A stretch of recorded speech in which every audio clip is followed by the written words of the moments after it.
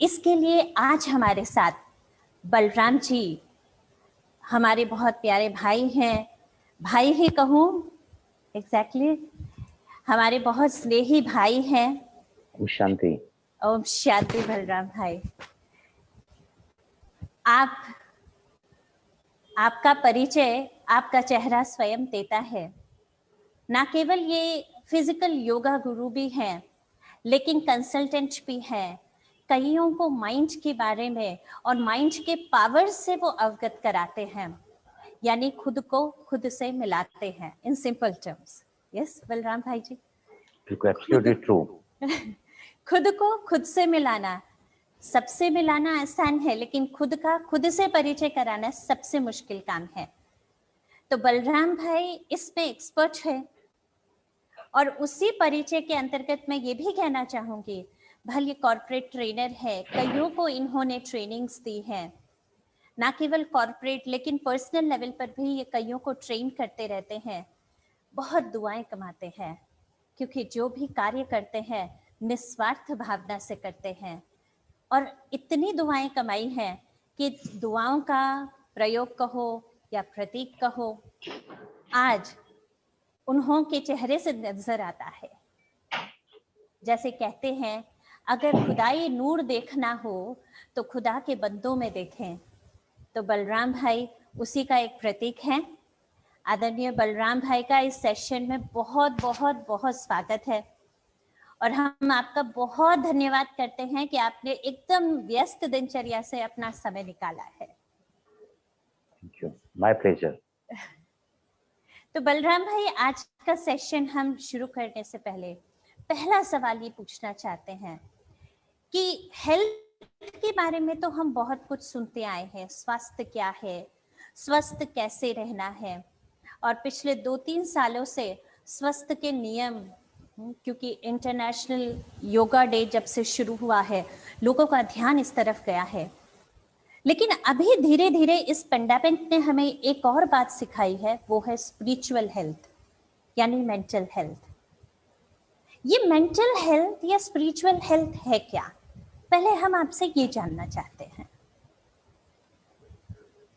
देखिए, WHO जो अभी आपने जिक्र किया, वर्ल्ड हेल्थ ऑर्गेनाइजेशन ने डिफाइन किया है हेल्थ को, simply absence of disease in the body is not called the health, rather it is physical, mental, emotional, social and spiritual.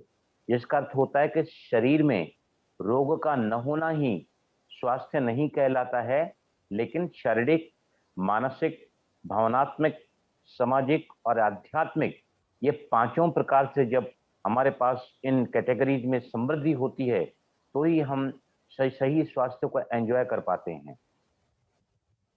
तो यहाँ पर सबसे पहले मैं आपको ये बताना चाहूँगा कि देखिए, आजकल 93% बीमारियां जो हैं वो साइकोसोमेटिक डिसऑर्डर कहलाती हैं। साइको मतलब मन, सोमा मतलब तन। ये उपजती हैं मन में और पनपती हैं शरीर में। Blood pressure, diabetes, asthma, rheumatism, back pain, insomnia, so many diseases जो भी आजकल हम देख रहे हैं, they are born the mind. तो जब तक हम मन का इलाज नहीं करते हैं, देखिए बीमारी जो है ये कचरा समझो ऊपर से आ रहा है। आप नीचे टाइल्स साफ कर रहे हैं, रोज साफ कर रहे हैं, आसन कर रहे हैं, प्राणायाम कर रहे हैं, वो भी जरूरी है, पहले प्रिवेंशन के लिए, बाद में अगर बीमारी है तो क्योर के लिए। लेकिन जब तक आप जहां से कचरा ऊपर से आ रहा है, जब तक आप वहां से उसको बंद नहीं करोगे, तो नीचे तो ये सब गंदगी होती रहेगी, बीमारियां फिर से रीअकरेंस होती रहेंगी। तो यहाँ पर हम ये डेफिनेटली ये समझ के चलेंगे कि जैसे भी आपने अभी बताया कि देखिए, शरीर के ऊपर होता है मन, और मन को चलाने वाली होती है कोई शक्ति, जिसको हम आत्मा कहते हैं, पावर कहते हैं, कॉन्शियसनेस कहते हैं, स्पिरिट कहते हैं। तो जब तक हम इन सारे एस्पेक्ट्स को नहीं अटेंड करेंगे, we can not enjoy the perfect health, जिसको हम कहते हैं vibrant health. Yes, this is beautiful. मैं ये कहना चाहूँगी बलराम भाई कि जिस तरह आपने डिफाइन किया है perfect health, so what is the definition of this perfect health actually? हम परफेक्टली हेल्दी हैं ये कब समझें? चीज का सीधा अर्थ होता है, इसी परिभाषा को अगर हम देखने जाएं तो जब हम शरीर से स्वस्थ हैं, मन से शांत और स्थिर हैं, हम समाज में रहते हुए अपने संबंधों में जो हार्मनी है उसको हम निभा पाते हैं, फिर enjoying the every relationship in the society और इन द होम।